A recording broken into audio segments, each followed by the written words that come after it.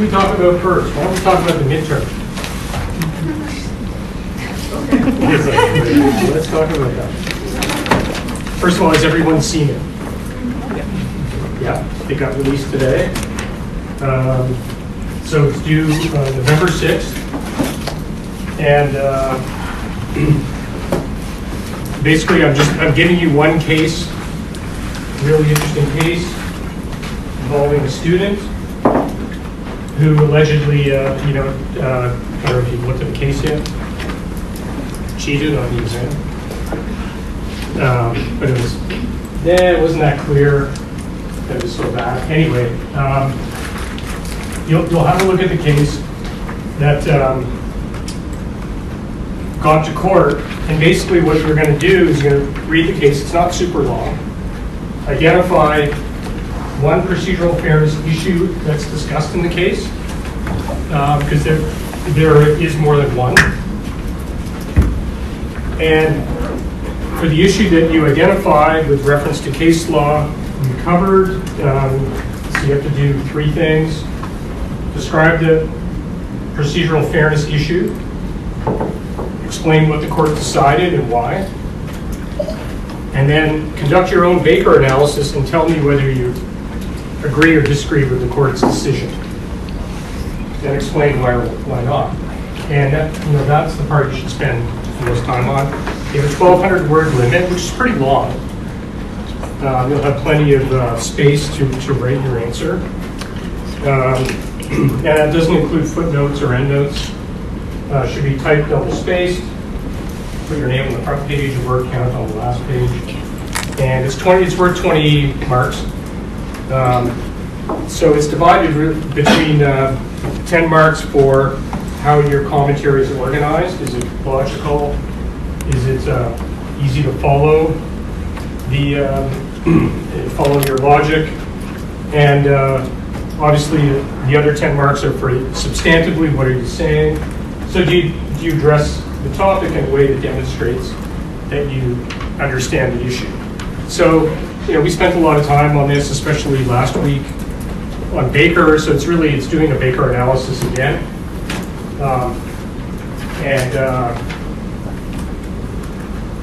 You're gonna go through, as we've done with the framework I've given you. So one thing that you're not going to be doing, which our outline talks about, you're not going to be doing, well, does at common law, is there a duty of procedural fairness that's owed? You're not doing that. You're going straight to Baker. So the assumption is it's a common law situation where you're looking at the common law for the answer to your procedural fairness problem, and doing the Baker analysis, and then applying it to your issue. What do you think that tells you? And of course, when we do our Baker analysis, remember what comes out of that. What comes out of the Baker analysis? Yeah, the level of procedural fairness, low, medium, or high. So you're doing all this work just to get a very simple outcome, which is low, medium, or high, and then you're going to apply it to that issue. Whatever that issue is, you're going to apply it to that, and you're going to tell me whether you think our poor person, Mr. Tsimidas, was he treated fairly or not? Was he denied procedural fairness or not? Based on the level of procedural fairness owed, whatever you think, whether it's low, medium, or high. So that's really it. Other than of course, the introduction. So any questions, any sort of procedural questions about that? I have one question, another one. The end has two levels, so we have to speak about both levels. They have the CGA Ontario, and then there's the field committee. So we have to speak about both. Yeah, you're right. There are two levels. Really, I think you should look at the second level, because that's the one that's kind of the final level for him. Yeah, but you're right. There are the two levels. So it's a little complicated now. But really, I'm looking for you to do the Baker analysis. Do you understand what the factors are, which way the arrows go, right? Because we're using arrows. And use headings. Really, really important. There's lots of space to use headings because they're going to help you, they're going to help me understand, where you are in your analysis. Tonight's going to be helpful for you because we're going to do our own Baker analysis. Actually, what I'm going to do is split you into groups. We're going to tackle the NCA exam question 2, which is online. I don't know if you've seen, I mentioned it last week, the NCA admin law exam. You can easily call it up on your computer. I have a hard copy here. And you guys are going to look at it as a group. You're going to have one member of your group kind of be the spokesperson who will, after we come back, tell the class what you think, like how you approach the Baker analysis. Okay, so we're going to do a dry run of Baker analysis. So you're going to learn more about how to do it with a real kind of situation, and then apply that to the Samitas case. Again, a real life situation. Okay, so we'll do that. I think we're going to do that after the slides. I don't think it's going to take us too long to get through tonight's slides. Okay. And of course, as usual, if you have questions after tonight, as you start looking at at the assignment in the case, email me, let me know if you have any questions. Happy to answer. Okay. All right.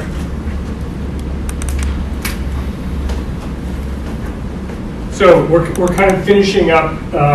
We really tackled the Mandarin menu, all of the right to be heard aspects of the right to be heard. That long list of procedural benefits, right? So we do need to talk about one more procedural benefit, and that's reasons. We actually touched on it last week. So this idea of reasons as a procedural benefit, what are we talking about here? What are reasons? An explanation of how and why they arrived at this. Whose explanation? The tribunal or adjudicators. Yeah, the DM, let's use DM, Oh, yeah. right? It's fine. Yeah, we like to shortcut DM, whoever the DM is. What were the DM's reasons for their decision, right? And remember in Baker, what were those reasons like? Based on the stereotype, They're about the worst reasons you've ever seen. And they were like, I think they were handwritten notes or something. They were truly awful reasons in terms of quality. But here, we have to talk about the difference between quality of reasons and whether reasons are given or not at all. Because believe it or not, there may be situations where a decision maker does not have to give reasons. Do we think that if I'm denied voting license, and I say, where are the reasons? I need reasons. Why did you not give me a license? What do you think? Well, one problem if you don't get reasons from that decision, how do you appeal it? If I can even appeal it, Yeah. Yeah, or challenge it. Yeah, exactly. So good point. Am I entitled to reasons? You might think probably not, but let's, we'll think about that. In more serious cases, it's pretty clear that you're going to be entitled to reasons, again, as a procedural benefit. And if they don't give you reasons, you can say, hey, I was denied the procedural benefit of being given reasons for the decision against me. Okay. So remember our friend, at least in Ontario, our friend, the SPPA, that has all kinds of nifty procedural benefits for us. Procedural duties on a DM. Well, it so happens the SPPA does talk about reasons. It's pretty, SPPA is pretty comprehensive. So we know that the SPPA in Section 17 talks about a duty to give reasons. But just a little bit of history. So prior to Baker, The common law was not very helpful here, and there were cases that said, well, we're not sure reasons are even going to be required. So we say that courts were reluctant to impose a duty to give reasons. But the trend post-Baker, the modern trend, is that reasons are usually going to be required to be given by DM. So here's what Baker told us. Baker really tells us a lot, right? That reasons are going to be required where a decision has important significance. Important significance to who? People affected by it. Yeah. To the person affected. That person affected, yeah. So if the decision has important significance, my boating license, how important is that? I might have trouble arguing that I demand reasons. This is procedurally unfair. Except The court might say, well, really, is the boating license really that important for me? But previously you used the example of jockey license, and if your being a jockey is your full-time job and Yeah. only way to do things, then Yeah. yeah, If I'm a ship captain, which I'd love to be, yeah, and that's my profession. Yeah, it's pretty straight, pretty easy to say it has important significance. It's kind of funny, important significance, weird phrase, but there it is. So that's the one we use. Or there's this other place or argument that we can make that reasons are required if there's an appeal process within the statutory framework. So I don't know if I can appeal lack of a voting license in the statute. Probably can. Why does that matter? Why would that require reasons? You need to know why. I got the usual suspects up here, the key ones. Okay, go ahead. You need to know why in order to be able to appeal, right? You can't appeal. you gotta know what you're doing. Who needs to know? The person or the fact. The person affected. Who else needs to know? The person reviewing the Yeah. decision of the officer Yeah. at the lower If level. you were the appeal board, Yeah. hearing my appeal of not being given my voting license, and they hand you the file, you're looking and like, there's no, the answer was just no. There was like a big red rubber stamp. No, denied. You're going to say, I think I need more than this to decide David's appeal. I don't have anything to go on. Why was the license denied? Maybe there are good reasons, but I don't know. So we say if there's going to be an appeal, there's an appeal process in the statutory framework, then yeah, you're going to have to give reasons. So even something relatively trivial like my voting license, you could probably say, well, never mind important significance, there's an appeal process, so the reasons have to be given, and denial of reasons is a denial of procedural fairness. Pretty straightforward.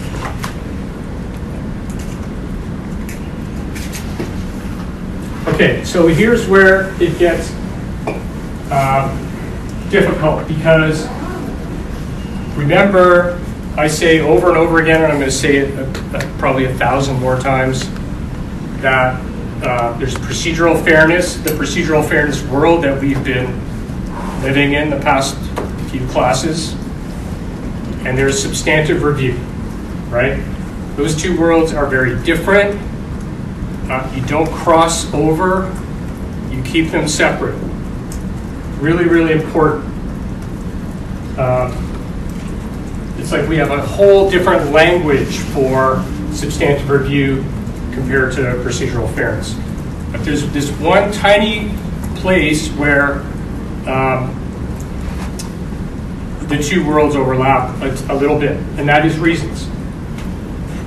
And here's why. Because that first bullet, where reasons are required to be provided, is the procedural fairness question that we ask. Yes or no? And we know usually they're going to be required to be provided. If they're not provided, that's a denial of procedural fairness. Then we cross over into the other world and we say, if reasons were provided, were they adequate? Were they adequate? Quality of the reasons. So in answering this question, we're dealing with substantive review.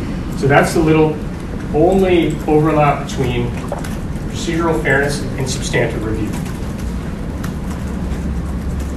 Of course, in substantive review, we spent a lot of time on this whole issue of were the reasons good reasons? Were they sufficient?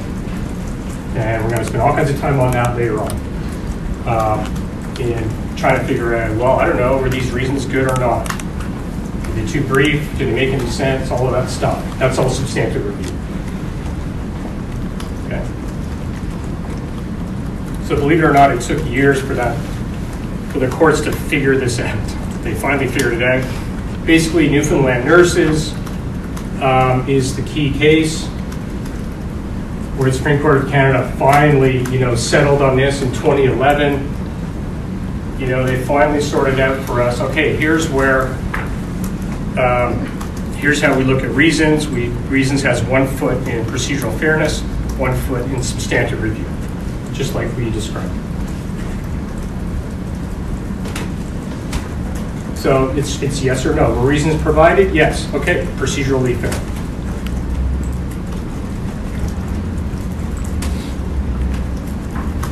And just like any other breach of procedural fairness, the lack of reasons, if reasons are required and they're not given, what happens? Denial of procedural fairness, what happens? The case go back and then we have a new hearing. Yeah, what do they do first though? You get to use that great word. Remember that great word? What does the court do? Quash. Quash. Not squash. Quash. Right, but you're right. Quash. Send back for a new hearing. Exactly. New hearing probably would, if it's lack of reasons, it would just be, okay, I'm gonna, the DM's gonna say, okay, I'm gonna rate reasons now. That would probably be it, to fix the problem, right? So that's why we say here, well, it generally results in a new hearing, but does that even make sense if the issue is lack of reasons? No, you probably wouldn't have a new hearing, wouldn't really make sense. To fix the problem, the DM would just have to rate reasons because the hearing's already happened. Okay.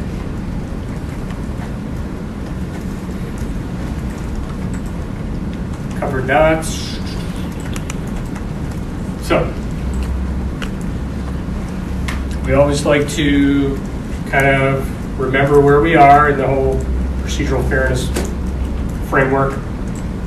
And just reminding you that there are two aspects of procedural fairness, right? If a duty of fairness, at common law, if the duty of fairness exists, you get, right? You get two things, right? Two benefits: the right to a hearing, the right to be heard, and the right to an impartial and independent decision maker. Or an unbiased hearing is another way we put it. Right? The rule against bias. Today we're going to talk quite a bit about this, the rule against bias. And the rule against bias is sometimes described this way: fairness requires that decisions adversely affecting a person's rights, privileges, or interests be made by an impartial and independent decision maker. Okay? So it's not, it has these components to it. Impartial and independent. So we're going to explore what impartial means and what independent means.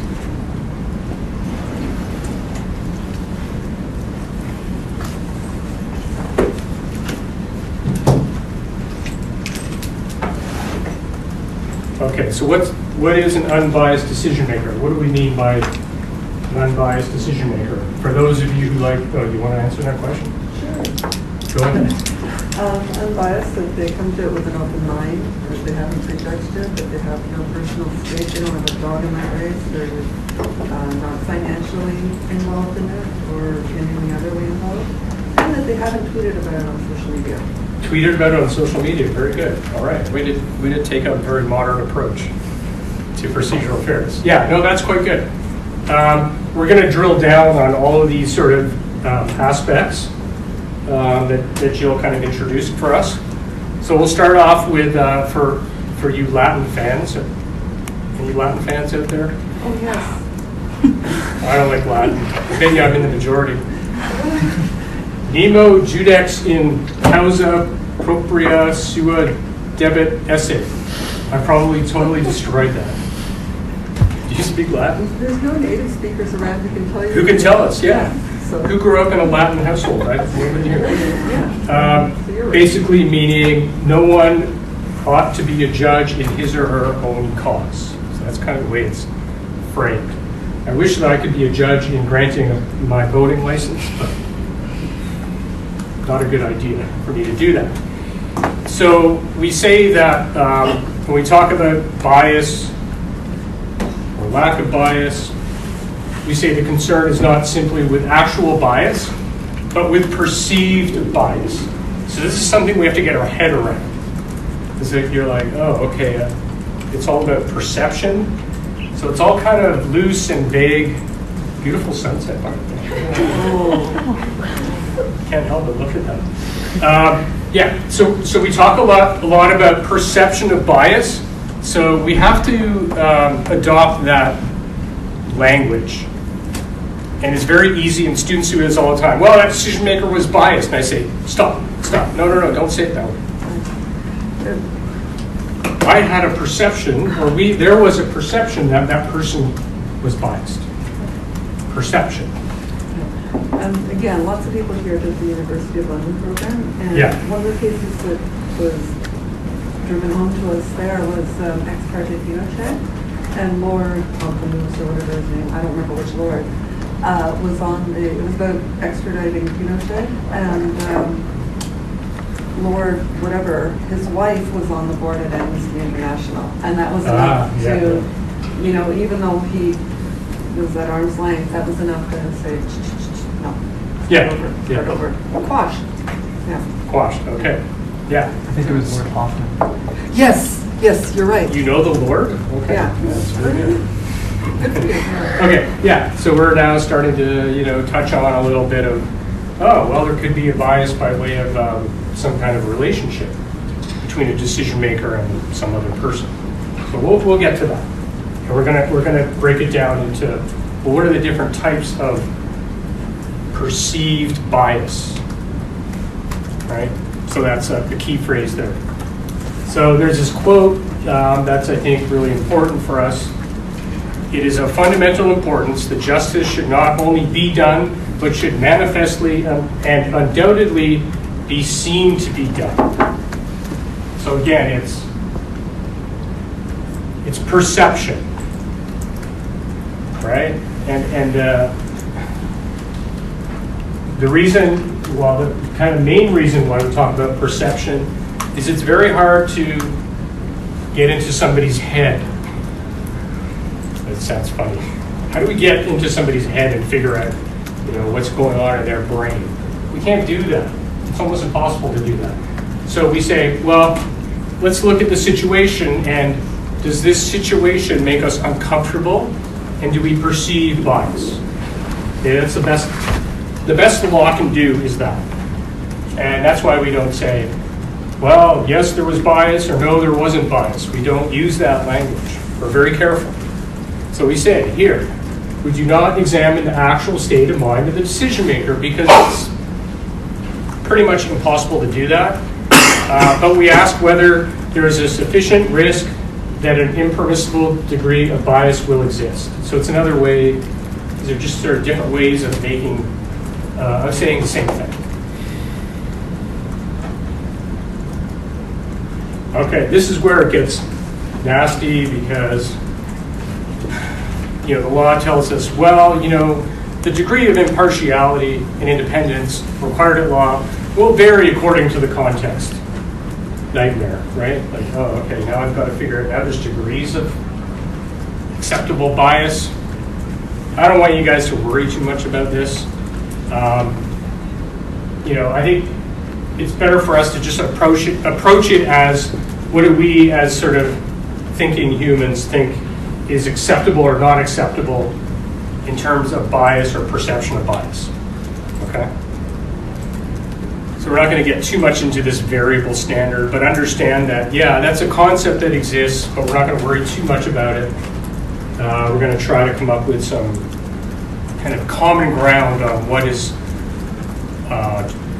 too much of a perception of bias or what's probably okay. Okay. So some of the terms that we use here, we use bias, impartiality, independence. Bias and impartiality are kind of linked together. They're not really different. Independence, though, is a very different kind of thing. Okay. And then we use this magic phrase, which I want you to really, have at the ready and to use, which is RAOB, reasonable apprehension of bias. RAOB, you can use that short form. If you say to me RAOB, I know exactly what you mean, and you don't have to spell it all out. Because, we're lazy lawyers, right? A bunch of shortcut stuff. So RAOB, reasonable apprehension of bias, which you can see kind of brings in this idea of perception. Apprehension of bias, perception. So a little bit in terms of, what's the definition of these words? What do we mean by these words?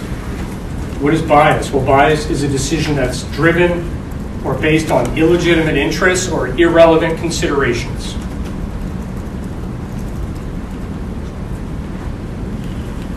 And we can break that down into these kind of three subcategories. Private interests of decision maker. We're going to see examples. Private interests of decision maker. Relationships with parties. Or preconceived attitudes towards issues. So it's like these, with the idea of bias, we have these sort of subcategories of types of bias. And then we add this notion that, perception can be reality, perception matters. Okay. This is hard, it's very abstract, but we're going to get into some real life situations coming from the cases. What's impartiality? Well, impartiality refers to a state of mind or attitude of the tribunal in relation to the issues and parties in a particular case. So we're kind of saying the same thing as bias. An impartial decision maker approaches cases with an open mind, without bias. You can see these terms are referring back to each other. Without bias, real or perceived. Real or perceived. And we have this idea of individual aspects. So pecuniary interest, financial interest, personal relationships, prior involvement with a case, conduct. You'll see what that means. Then we've got institutional aspects, which we'll touch on later. Leave that for now.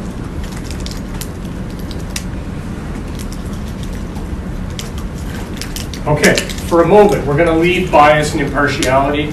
We're going to move over to independence.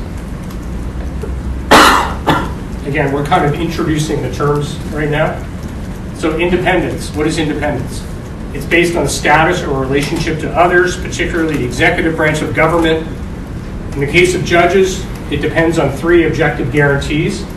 So when we think about judges, the way our system is set up, judges are very independent, kind of as independent as you can get in our system here in Canada.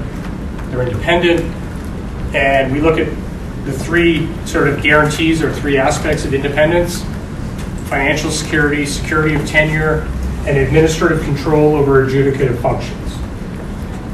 Probably don't know what that means, but we're gonna get deeper into that. So basically, with judges, we, as a society, expect them to be totally independent.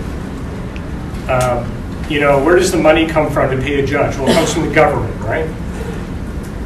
But for the most part, we don't say, oh, well, they're on the payroll of the government and the judge is doing the government's bidding. Most of us would say, no, judges, yeah, the money comes from the government, but they're independent. They're not controlled by the government, or they don't, carry out the government's agenda. They're pretty independent. And why are they pretty independent? Financial security. So what do we mean by that? Anybody know what judges make? They make a decent living. Like a judge makes at least 200,000. There you go. The tribunal's not so much, but Depending on the level, Yeah. yeah, Supreme Court of Canada probably made, I don't know what they made, I'm curious. Probably 3 in the 300s, maybe? Sunshine List. So shocking people. They make a lot of money. Court of Appeal judges for sure make over 2 in Ontario. Superior Court judges probably also make over 2, but less, $200,000 a year. They're pretty well paid. Right? So they're not worried about where they're going to how they're going to afford their Tim Hortons the next morning, right? They're pretty financially secure. So, in other words, they can be independent. They're not beholden to the government for money. They're fine. They're good in terms of financial security. So that's just one way we say, oh, they're not worried about if the government likes them or doesn't like them, because they're guaranteed this high salary. They're not paid like, oh, we'll pay you more if you give good outcomes that are friendly to the government. Of course, I mean, that's ridiculous, but they're financially secure no matter what decisions they make. Security of tenure. What do you guys know about judges in Ontario? They're appointed, they can stay until whatever the mandatory retirement age is, which is I think 65? 65. So And? they're not worried about finding like. What happens yeah, exactly. They're not worried about, losing their job and having to find a new job. Does anybody know what happens when a judge turns 65? I think they can get less. They can continue to work just in a different, on a different schedule. 10 years. Get less. At 65, they can work for 10 more years. I'm talking about Superior Court and Court of Appeal and Supreme Court of Canada. Yeah. They go what's called supernumerary. They can keep working for 10 years till they're 75. Guaranteed. They don't get fired. They don't leave. So they have incredible security of tenure. Imagine if you're appointed a judge, you're in your 40s or 50s. You're set. You're good. Again, not only in terms of money, but in terms of security of tenure. Your job security is pretty much guaranteed, unless you do something really, really extreme, like a workplace harassment or something like that. Short of that, you've got a secure job. Administrative control over adjudicative functions. Anybody know what we mean by that?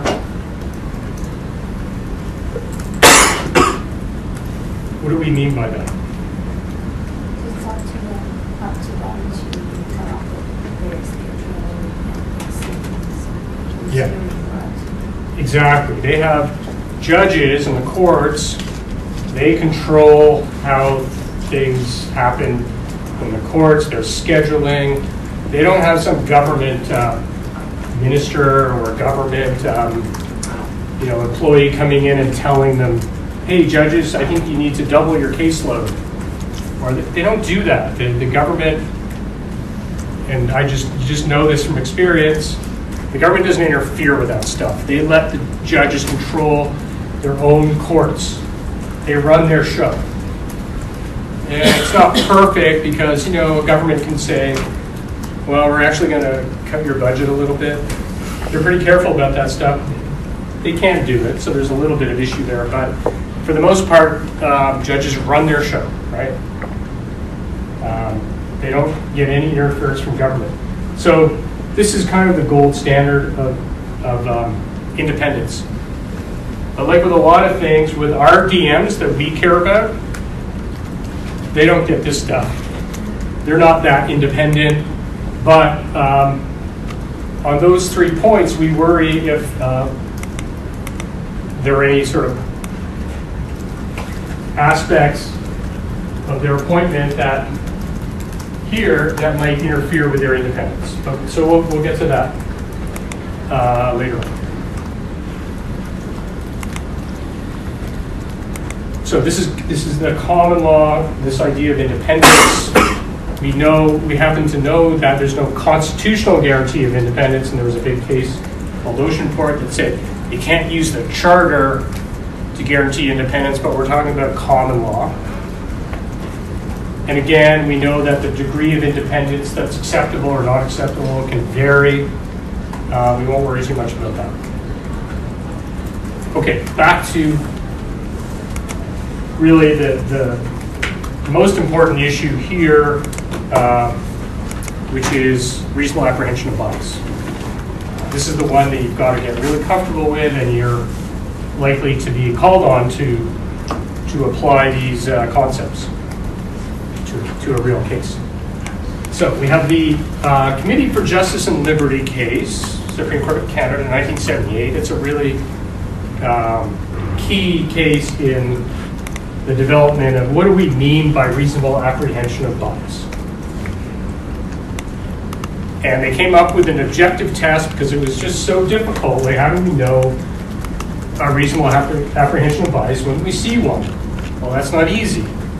But they tried their best to come up with what they call an objective test.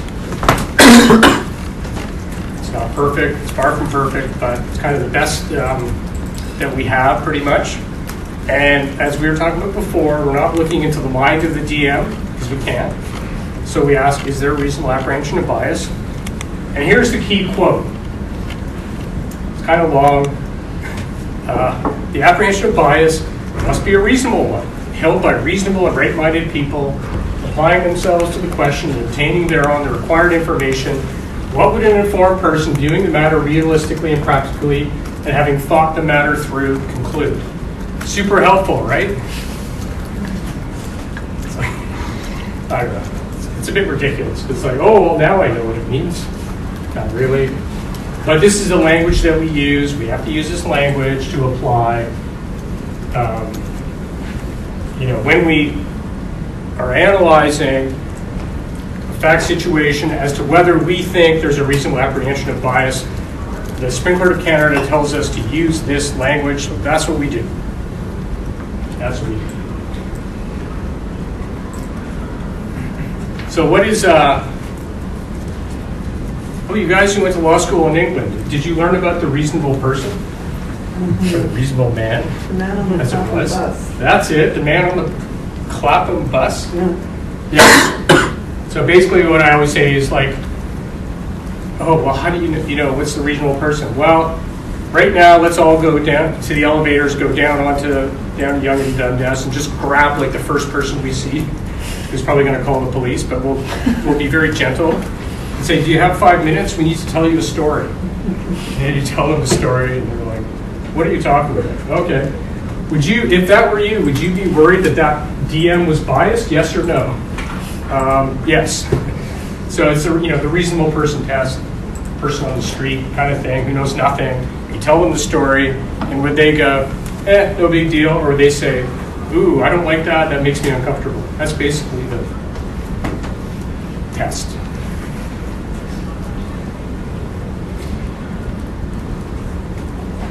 Okay, finally we're going to get to some real life examples because of course these are going to help you to compare when you see a new situation. You're going to be able to use these cases as kind of an illustration of what's okay and what's not okay. What's a reasonable apprehension of bias and what isn't. So we've got these categories: antagonism during the hearing by the DM, those are fun.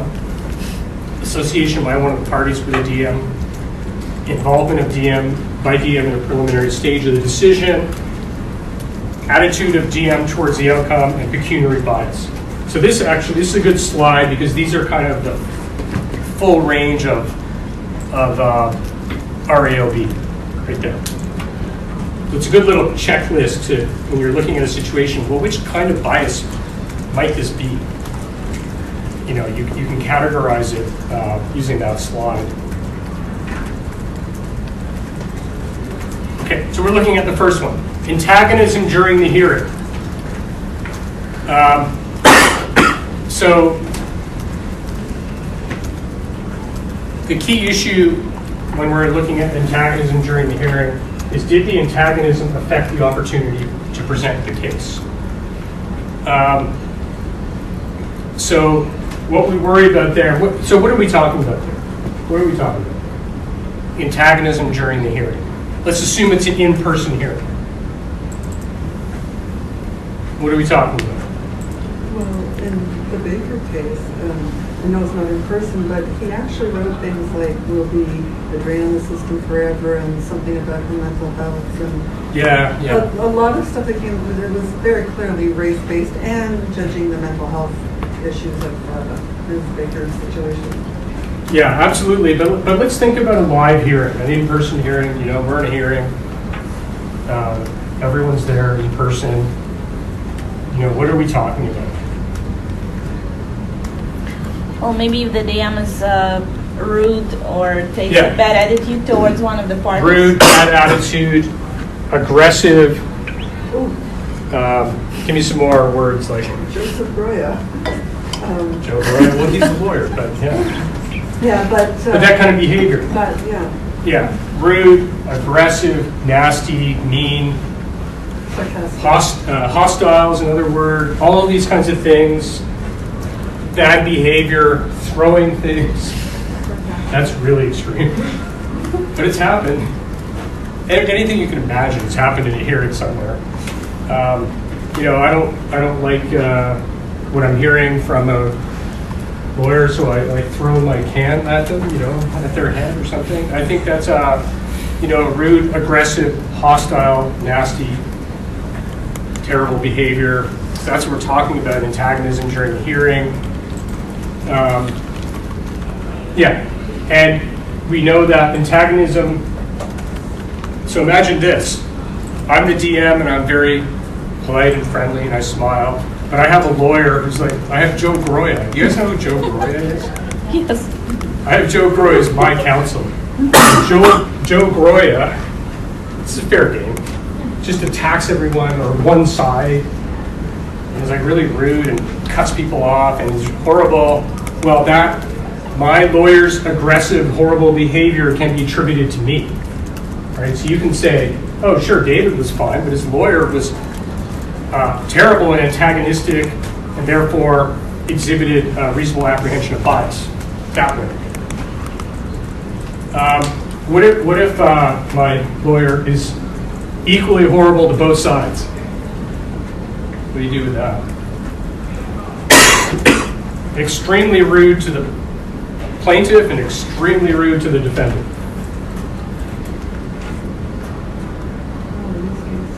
Being even-handed. Yeah, you might say, well, it's not very nice, but that's not really bias, right? Equal opportunity, you know, mean person. But of course, often what we worry about here is that kind of behavior is exhibited towards one side, but not the other side.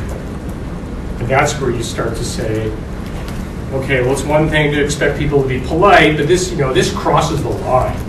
You know, there's real hostility there, antagonism to the point where we are concerned that there's a reasonable apprehension of bias against that party that they're exhibiting bad behavior towards. Right?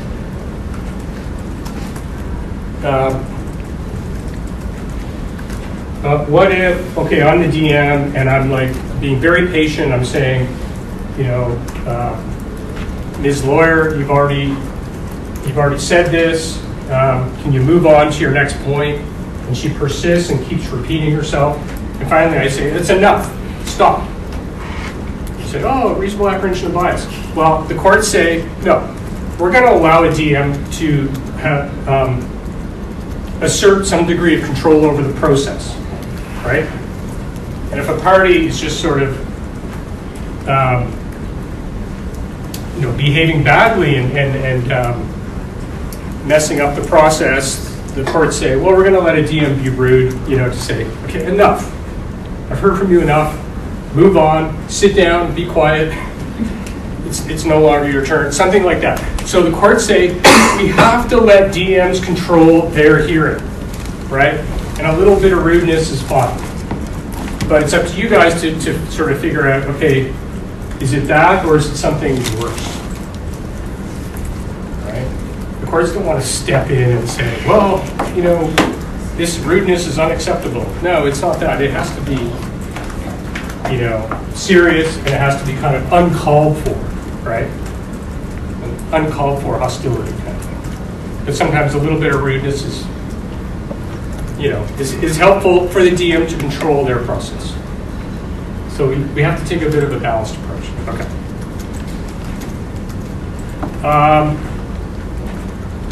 Okay, we're moving on to a different category now. Some kind of, nothing to do with, you know, rude behavior or anything, but some kind of association between a decision maker and a party. What do we think about that? Well, we have a couple of cases here. There's the Marcus and Dialects case, pretty old one, but where the court found, well, no, there's no RAOB here.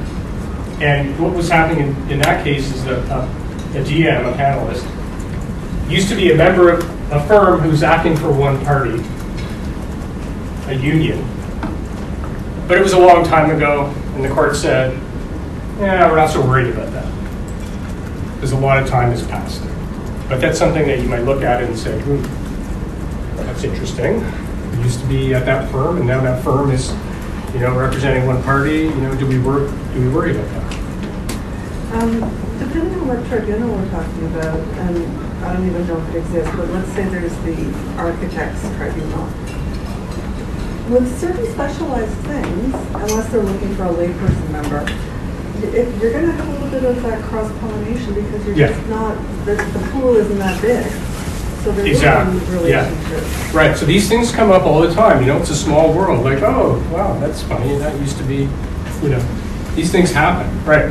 So it's our judgment call as to whether we think, you know, it's not great, but it's okay, versus, oh, no, that's unacceptable, right? If that DM was at the firm, you know, last month, yeah. You guys, I can see you guys are very uncomfortable with that. Yeah, but it had been years, and, you know, some time has passed, so obviously the passage of time made it less of a concern. But here's one where really the court was not happy. The Ontario Hydro case, where they say the Ontario Energy Board, the DM, cannot employ as their own counsel at a hearing the same person who had acted for one of the parties previously. So it's kind of a similar situation, but one was okay and one wasn't okay. If we realize that something like that happens, can we ask the DM to be released from our... Yeah, we're going to see. Oh. Yeah, we're going to see that. That's a good question. We're going to see how you know, the law says we should handle that kind of situation when we become aware of a problem like that. You know, what do we do about it? Do we just sit there quietly, or do we, you know, object? So we'll see. Okay, involvement of the DM in an earlier stage of the proceeding. This is a bit of a weird one. So the Committee for Justice and Liberty case that we talked about. So the chair of the National Energy Board is a fellow named Marshall Crowe. He used to be president of this company, a development company. Some other company applies to build a pipeline, but this CAGP company was formed by a study group of other companies that included the development corporation. So the court says, yeah, we actually believe that a reasonable apprehension of bias exists, because this person who's now the key decision maker at the National Energy Board really had a major role in approving the important underpinnings, the important basis of this very application that he's now deciding on. So that's a situation where the court said, no, this is an RAOB, this is not acceptable to us, the connection is just too strong. The person was involved actually in an earlier stage of this very proceeding that's being dealt with now. And they obviously were pursuing one side of it. Okay. So REGI, it's the Liquor Control Board of Quebec. This is a bit different because what we're talking about is the operational structure of the DM, the REGI, again, the Liquor Control Organization or Tribunal. What happened there, the Supreme Court of Canada case, is the employees at the REGI had multiple functions. The company that was a party to this proceeding said, we don't like this process design. We don't like the process design. Let me go to the next slide here. And the court says it was not proper for the same lawyers to have involvement both in prosecution and adjudication of cases. So you had, for whatever reason, they decided it was okay to have lawyers prosecute a case, like bring a prosecution against somebody for a violation of the Liquor Act in Quebec. And then those lawyers are involved in advising the decision makers. Okay? So they say you can't have the same people involved in these two distinct stages. Why would that be?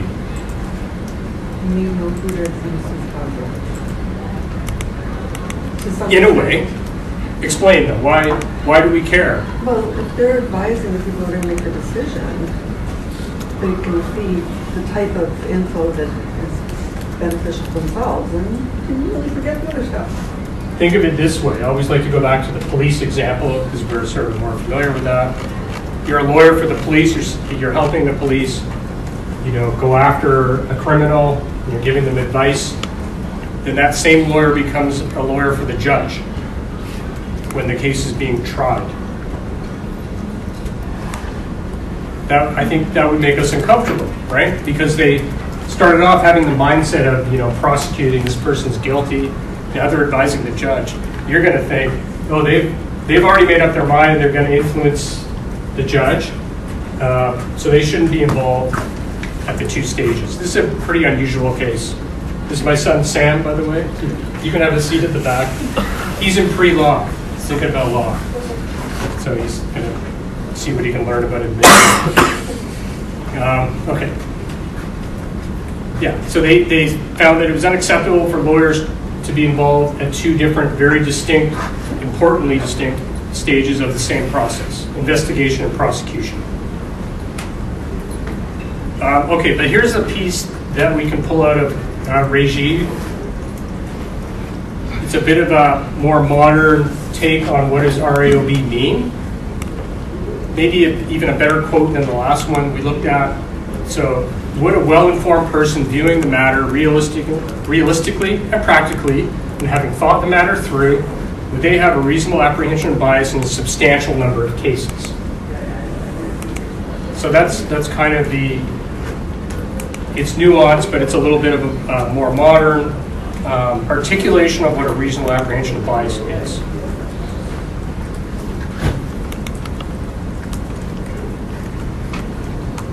But really, it's okay to use the original test back from Committee for Justice and Liberty. It's kind of the two are quite similar.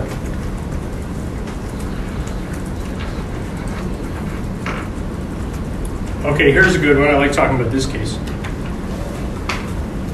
Great A&P versus Ontario Human Rights Commission. So, Professor Backhouse, anybody heard of her? Very prominent human rights professor. She taught at my law school at Western. So she originally participated as a plaintiff in a systemic sex discrimination case, and she had done a lot of public advocacy on the issue of gender discrimination. Right? So she's known in legal circles and in the community as somebody who, this was a cause that was near and dear to her. Back in the 80s and 90s, gender discrimination in employment, in the workplace. Probably because she's super smart and she is very well versed in human rights. discrimination. She gets appointed as an adjudicator, as a human rights adjudicator.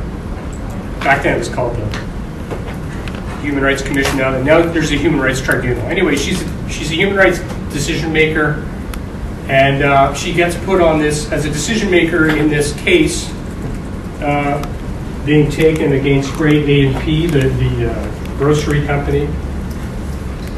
Case being brought against them for gender discrimination, the very issue that she feels so strongly about and has been involved in. Great A&P says, well, we don't like this. What would you say if you were Great A&P? Yeah, we're going to lose. We're definitely going to lose this case.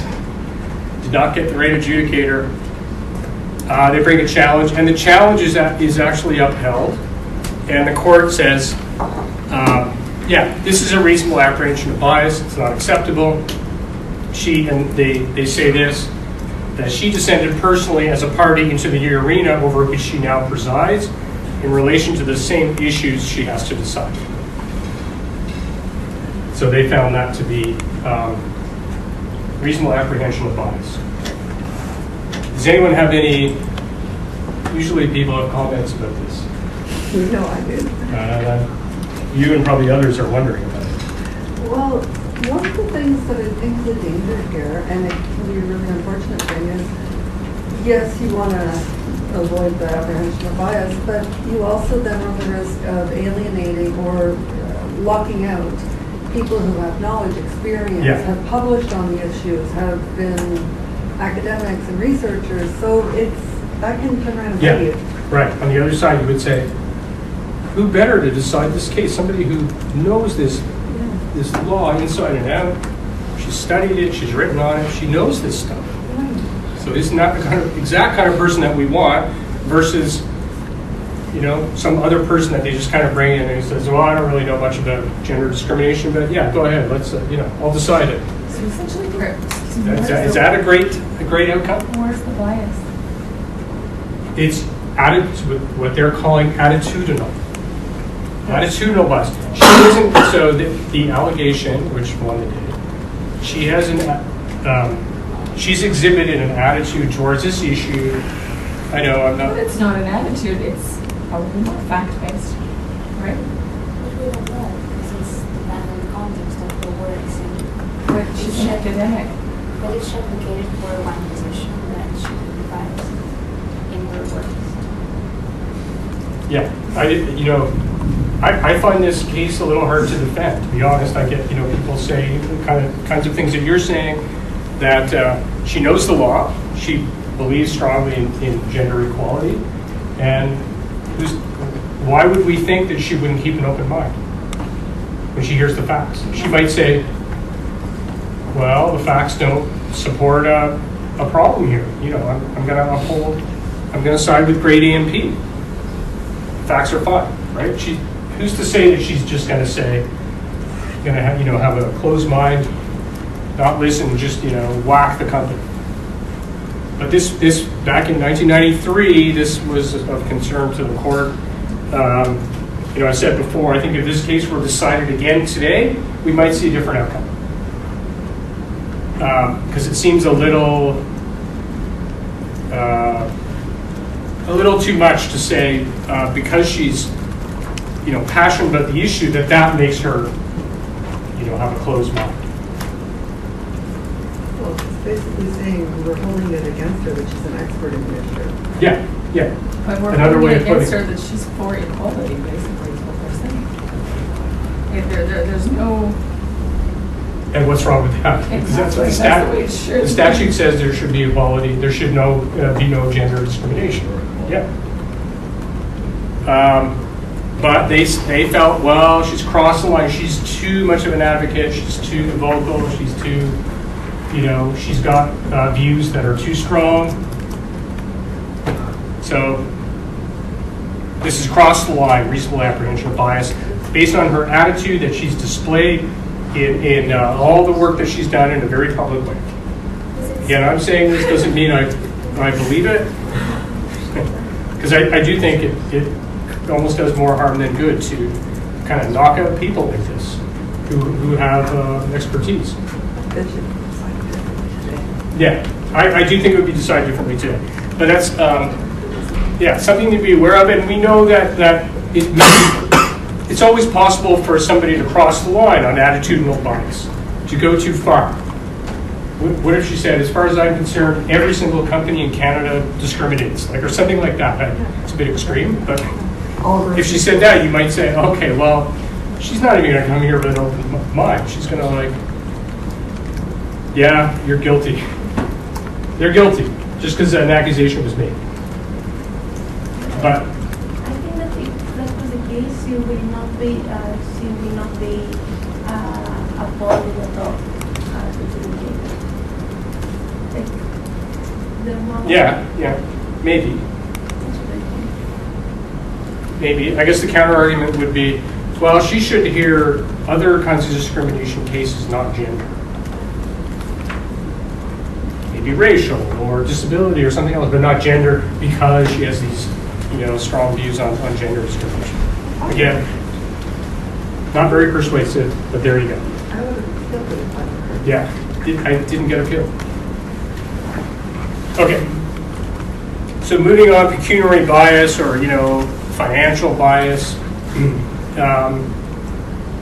So the common law basically says that a direct pecuniary or material interest, direct, disqualifies a DM automatically.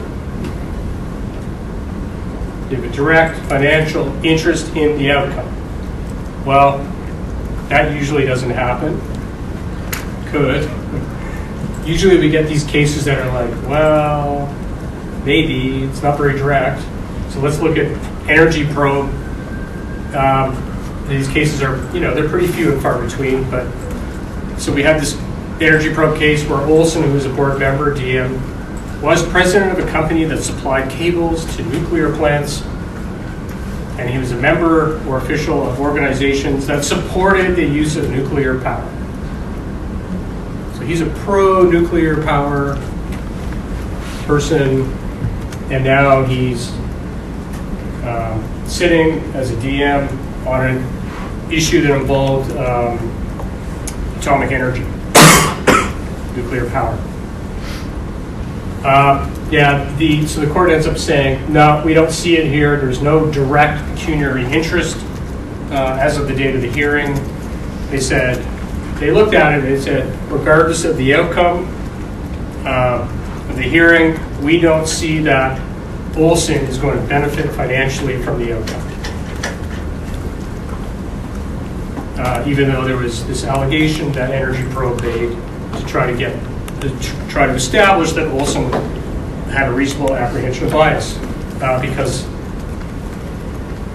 of these facts. Would he not have attitudinal bias since he's very pro-nuclear or atomic power or something? In a way, you can see there's maybe a bit of a crossover there. He's got an attitude where he's like, nuclear power is good. So there's no and I'm always going to that you can cross. Yeah, you could maybe that could be tried here as well. That there's an attitude where he's always going to side, he's always going to be in favor of companies that are involved in nuclear power.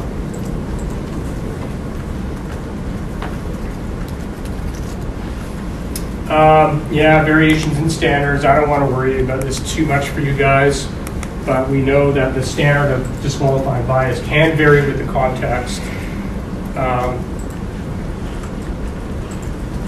So basically what the court said here was a municipal councillor is something different, is not the same kind of unbiased DM. A municipal councillor, we vote for councillors, and let's say you run, you're running for Toronto City Council, and you're pro bike lane.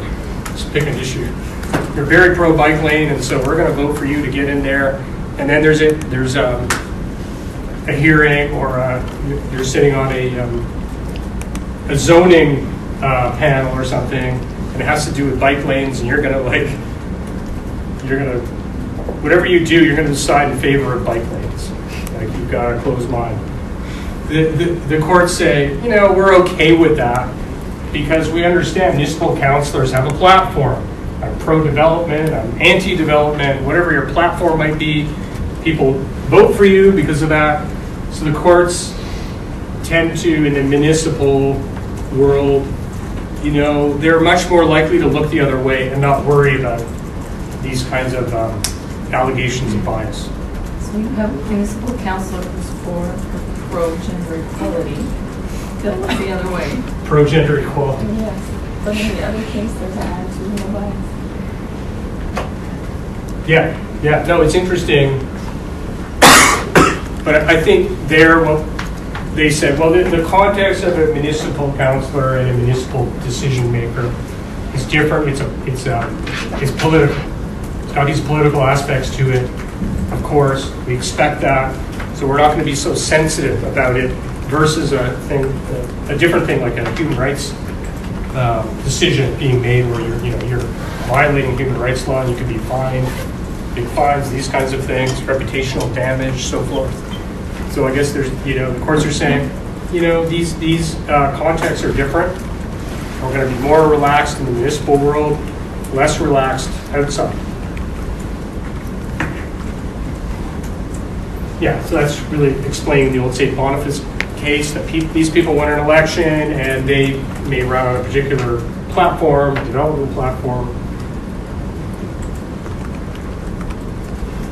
There's some degree of prejudgment inherent in the role of a municipal councillor who has political and legislative duties. So the usual RAOB standard can't apply. So they actually end up saying, oh, there's a different test for these people, and it's a easier test to overcome.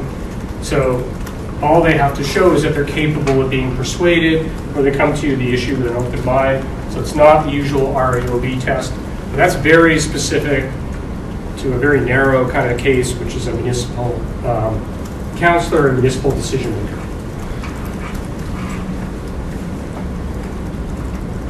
Okay, here's another example. The Newfoundland Telco case. Commissioner Wells, very famous guy. He used to be a consumer rights advocate. He's now sitting as a decision maker on telephone rates in Newfoundland, 1992. And one of the issues in that hearing was how much are senior executives being paid at the telephone company. And prior to him being a DM, well, he'd made all these statements in the public, to the media, that these senior telco executives were being paid ludicrous amounts of money. It was unconscionable how much they were being paid. And now there's a public hearing on the costs of the telco. That was one of the issues. So what does the telco do? They say, this guy's biased, RAOB against Wells. He made all these statements. We know where his mind is at.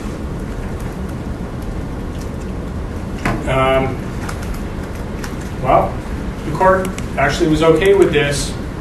And they make this point, which I think is a really good point that we should keep in mind. The court says, well, we want to ensure that we can appoint experts and even public advocates or those involved in the industry to tribunals. We don't expect judicial neutrality, right? So this is the court saying, look, we don't expect perfection. We can't have these people be as perfect as judges. We're less concerned because we don't want to exclude people like Professor Backhouse, who are experts. We don't want to knock these people out because they bring expertise that's valuable. And they say, and I don't know why they said it, but they said the statements that Wells made before the hearing did not indicate that he had a closed mind. No RAOB. So you can see how the courts kind of use this idea of, oh, we have to let experts into these hearings. They're going to have views. You don't expect them to be like judges who never say anything in public. You don't read, interview with the judge after the murder case. They don't go out and explain their views in public, that kind of thing. But we do have this other piece from Newfoundland Telco where we say the more relaxed test of closed mind is appropriate at the investigative stage. Once the order directing the hearing was issued, the standard is raised. So the statements made during and subsequent to the hearing by Wells did raise a reasonable apprehension of bias and demonstrated a closed mind, a mind so closed that any submission would be futile. So you can see that the statements, like timing was an issue here. Prior statements, probably okay. But once the hearing was ordered, Wells should have, zipped it. Wells did not zip it, and that got him into trouble. Okay. We're over an hour in, so I think it's probably a good time for a break. Let's try to be back here at 7:25.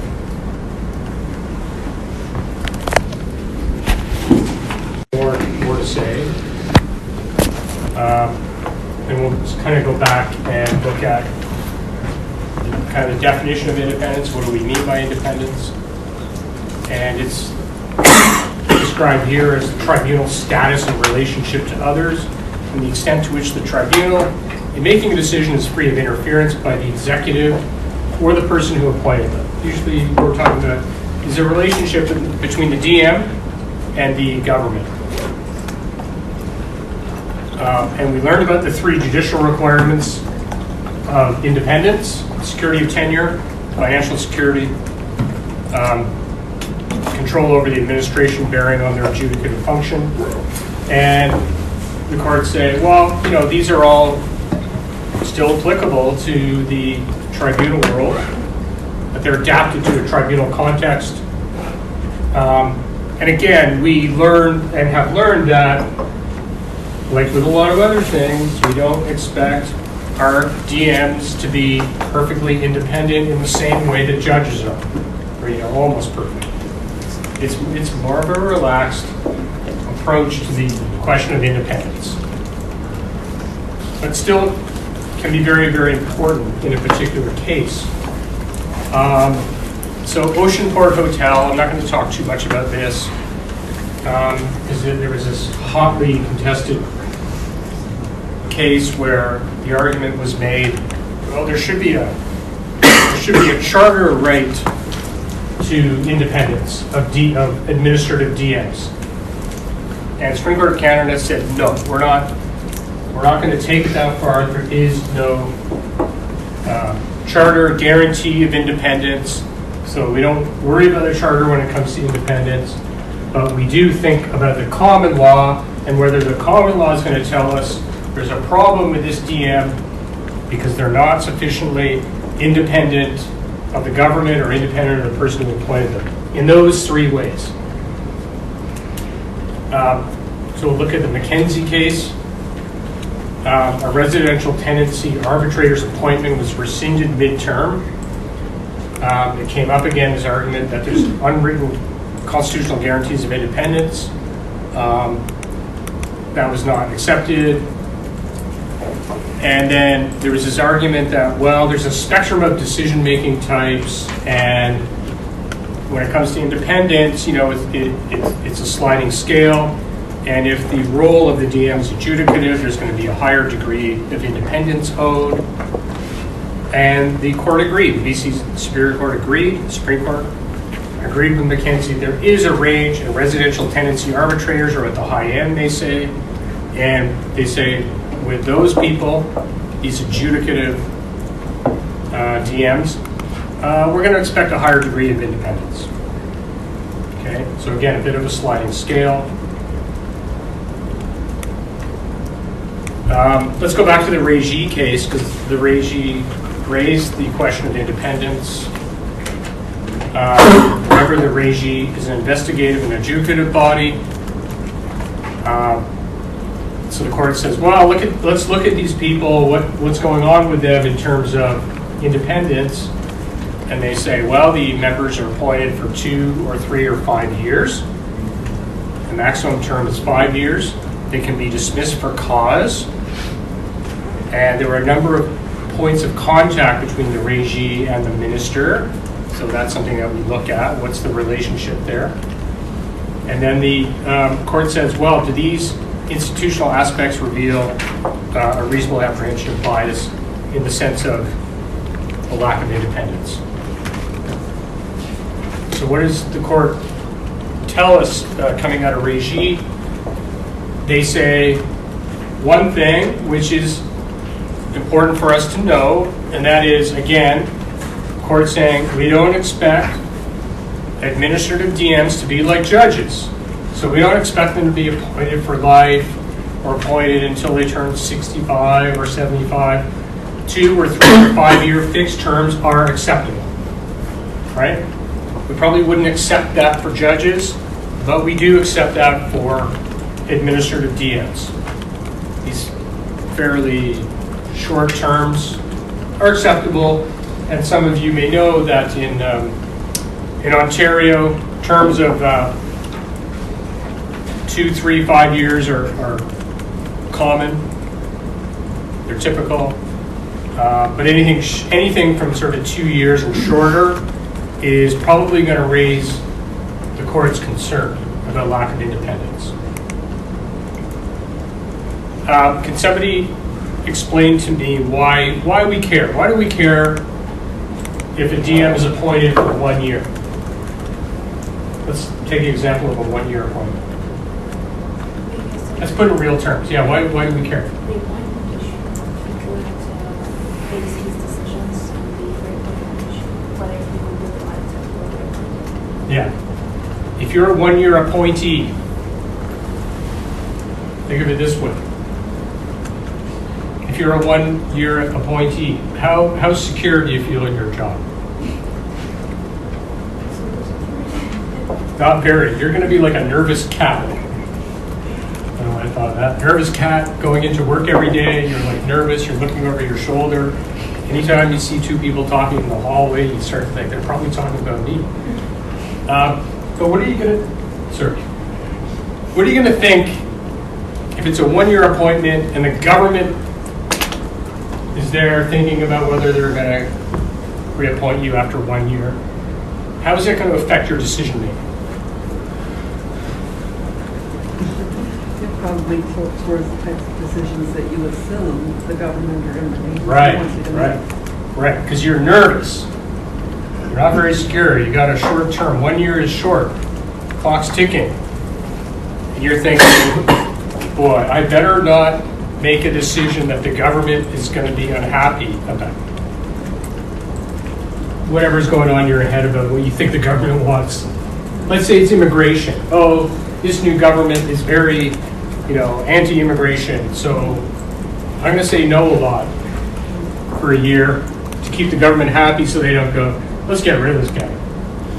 There's a flip side to that too. If you're only there for a year, you're going to be very friendly towards the Great Atlantic and Pacific grocery store because you're going to be looking for hiring when you're out of a job after a year.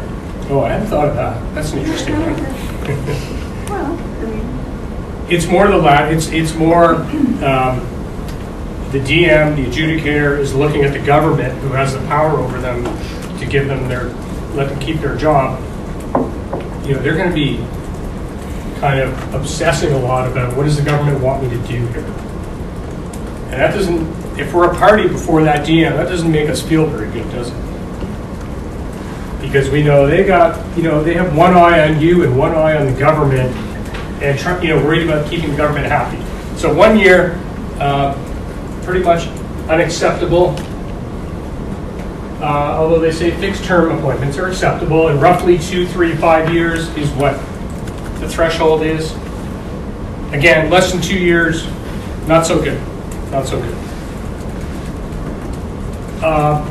Here, the members could be dismissed only for cause and could challenge their dismissal in court. That made the court happy. They said that's good. This satisfies the common law requirements of independence. What about an appointment where we say, I'm appointing you, but I'm appointing you at pleasure? This used to happen. Not so much anymore. You guys know what I mean by appointing you at pleasure?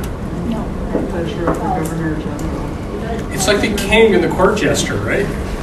I will allow you to be my court jester until you displease me, and then then you're going to the guillotine. Off with your head, exactly, off with your head, right? As soon as you do something to displease me. Courts really don't like that, and that doesn't really happen anymore. So fixed terms, in other words, like here, hey, we're appointing you for 3 years, and your job is your job. We're not going to get rid of you unless you do something really bad, like cause, as in employee misconduct of some kind. Like you just don't show up for work, or employee misconduct. But apart from that, if you don't do anything really bad, you're secure. That's your job for 2 years or 3 years. And don't worry, just because you make a decision people don't like, that's not going to be a reason to get rid of you. They can't get rid of you. Okay. That's just a wrap-up slide, so we'll go past that one. Okay.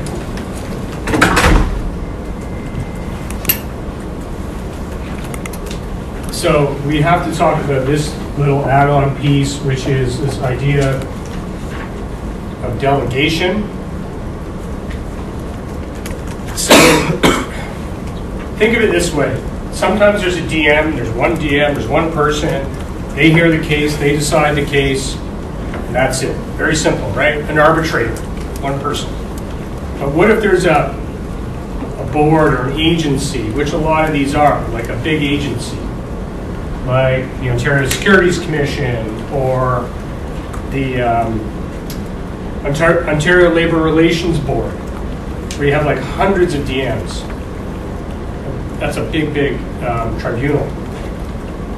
Ontario Human Rights Tribunal, big tribunal, lots of DMs. And there's a commissioner, and there's directors, and all these senior staff, and they're running the show. So we start to think about, well, who's really deciding, right? If I'm deciding, but I have a boss, is the boss telling me what to do? Or am I really, deciding on my own? So we have to think about this, and we say some decisions made by administrative tribunals are the product of institutions and institutional processes. And that's a good thing. The courts say that's a good thing. The courts say, well, we're okay with efforts to achieve efficiency and consistency in decision making, but the courts say we worry about improper delegation. What do we mean by that? Well, if I'm a delegated decision maker, commissioner has delegated me to decide a case, I'm the one who has to decide the case, right? I'm deciding your case. You want me to decide, not some person in some back room who you've never heard of and never seen, who's going to influence me or something like that. I have to decide. So, yeah, a process is followed to appoint a person as a statutory DM. That particular person must carry out that role, not somebody else. So there's the idea of those who hear must decide the case, but this rule does not prevent the tribunal consultation on policy issues, provided that the ultimate decision is reached by tribunal members, DM, in accordance with their opinions on the evidence they have heard. Okay, this is where we draw the line. Okay, to help, because this is very abstract, to help bring it into reality, we have the Consolidated Bathurst case from 1990, critical case in this area.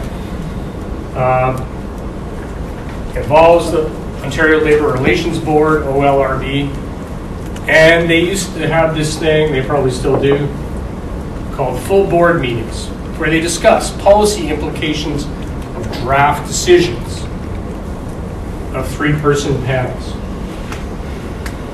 And in this case, the IWA versus Consolidated Bathurst, they had one of these meetings.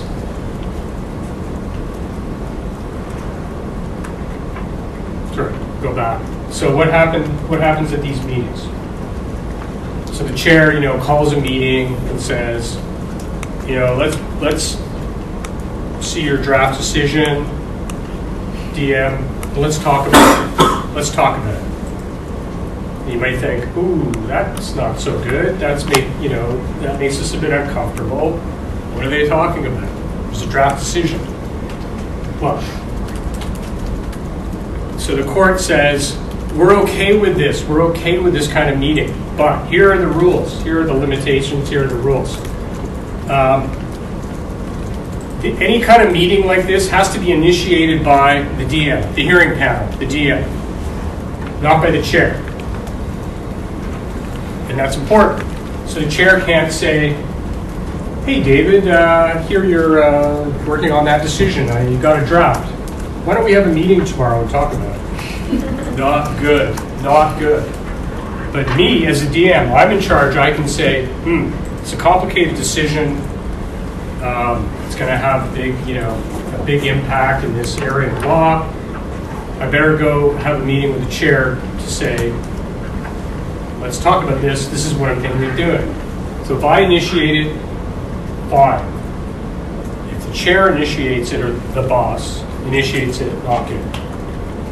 Okay, so that's where they drew that line. They also said the panel member must be free to make their own decision.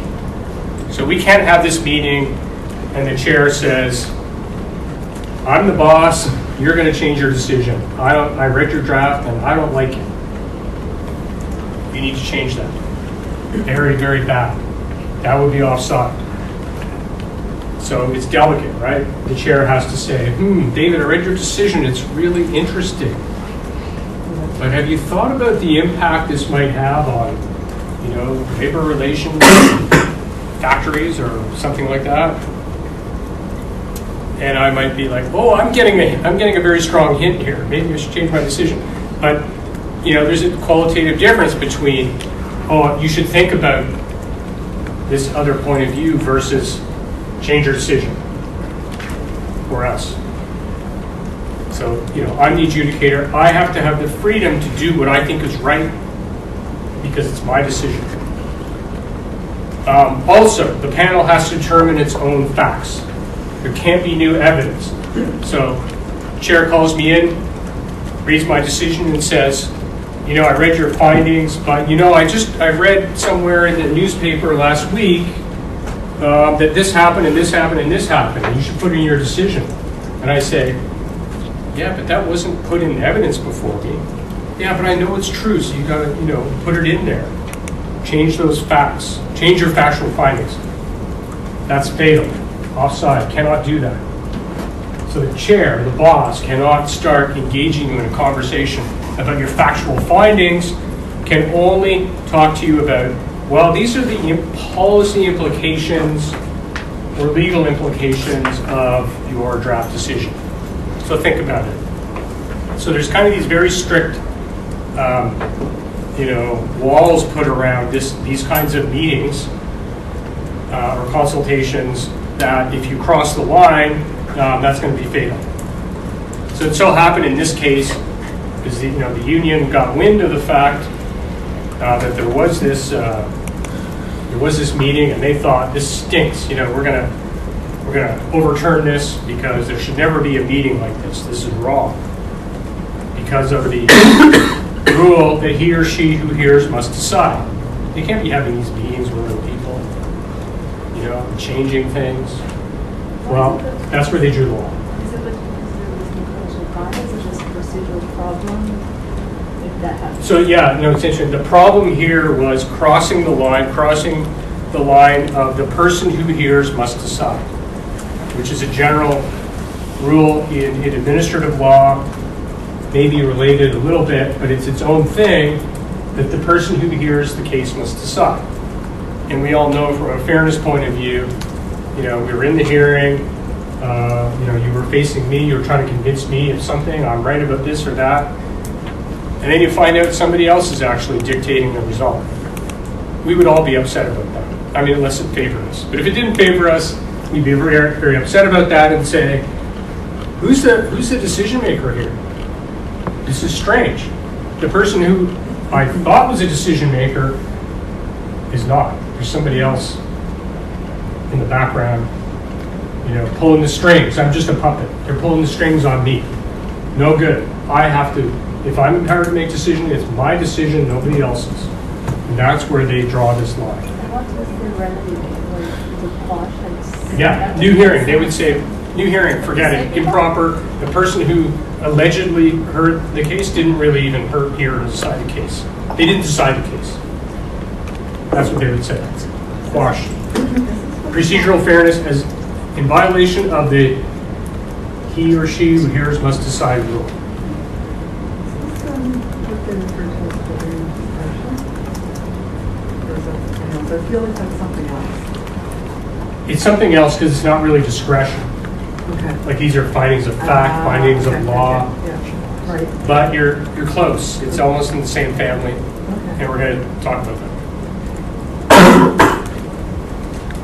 Okay, another piece we need to talk about is, we're almost at the end of our slides for tonight, the role of agency counsel. So sometimes a lawyer for a DM can get you into trouble. So we know that lawyers from the Regi case, that if there's a lawyer involved in investigating, prosecuting, they shouldn't be helping the adjudicator, the decision maker. That's offside. And we kind of learned this already, that a lawyer who, in the hearing, conducts themselves in a way that they're hostile, they're antagonistic towards one party, not the other, that's going to be a problem as far as reasonable apprehension of bias, RAOB. Here's a funny one. That's a real problem.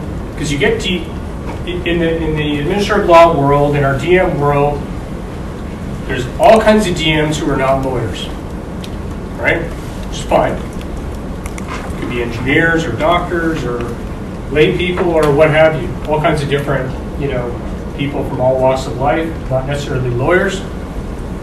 So what happens when a non-lawyer DM has a lawyer advising them, and the lawyer says, the DM says, I really need help with this, and the lawyer says, yeah, I got this. They take your computer, and then they start, writing your decision. And maybe as a DM who's not a lawyer, you'd be like, I'm fine with this. This is cool, because I don't know these legal concepts very well. I'm not a lawyer. I'll let them write it. Not good. So we say that lawyers can assist in writing reasons, assist in writing reasons, not write the reasons. Although the decision always has to be of the members. And there are cases where lawyers go so overboard that they kind of take over, they take your computer, and they decide the case. And you as the GM kind of go, thanks for that. Thanks for doing my job for me. You're good. Because there can be a power imbalance, is what I'm getting at here, where a lawyer for a DM can be kind of, all powerful, all knowing, and say it's an inexperienced DM who's not a lawyer. There can be this power imbalance where the power shifts over to the lawyer, and the lawyer basically is deciding the case, and that can be a real problem, and can be a fatal error on the part of. And again, this is really also the he or she who hears must decide. I'm the DM, not my lawyer. My lawyer can help, but my lawyer cannot, hijack the case and do the decision.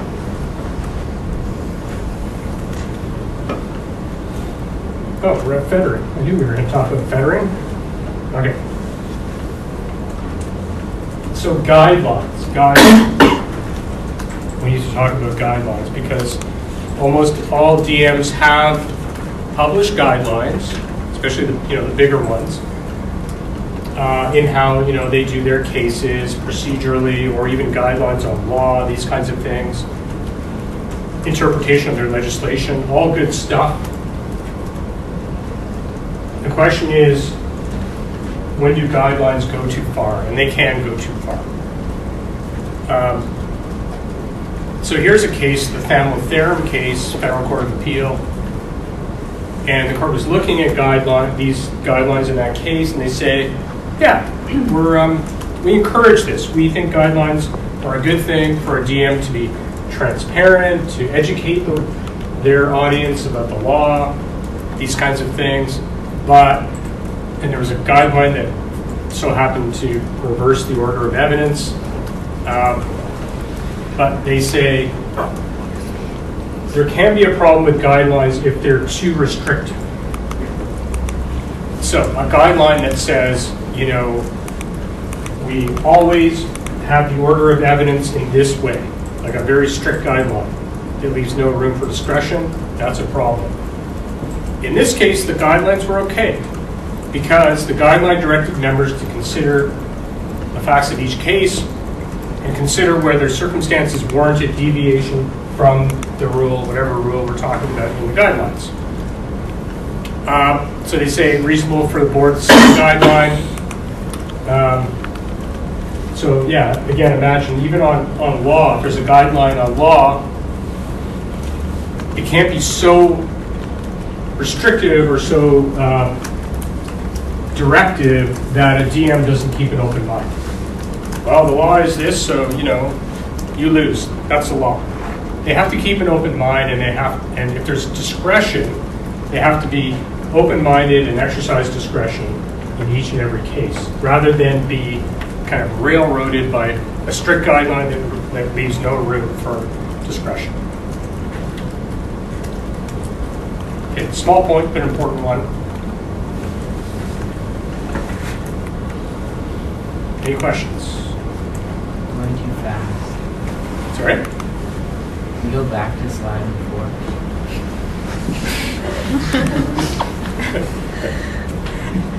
You don't count, you're not a student. Okay.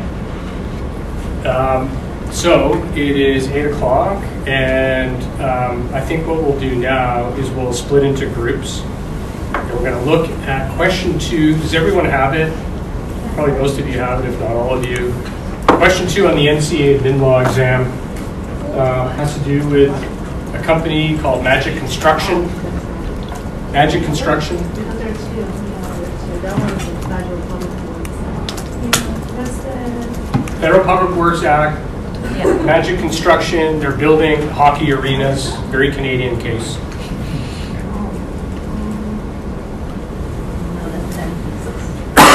Question 2. Oh, yeah, it's here.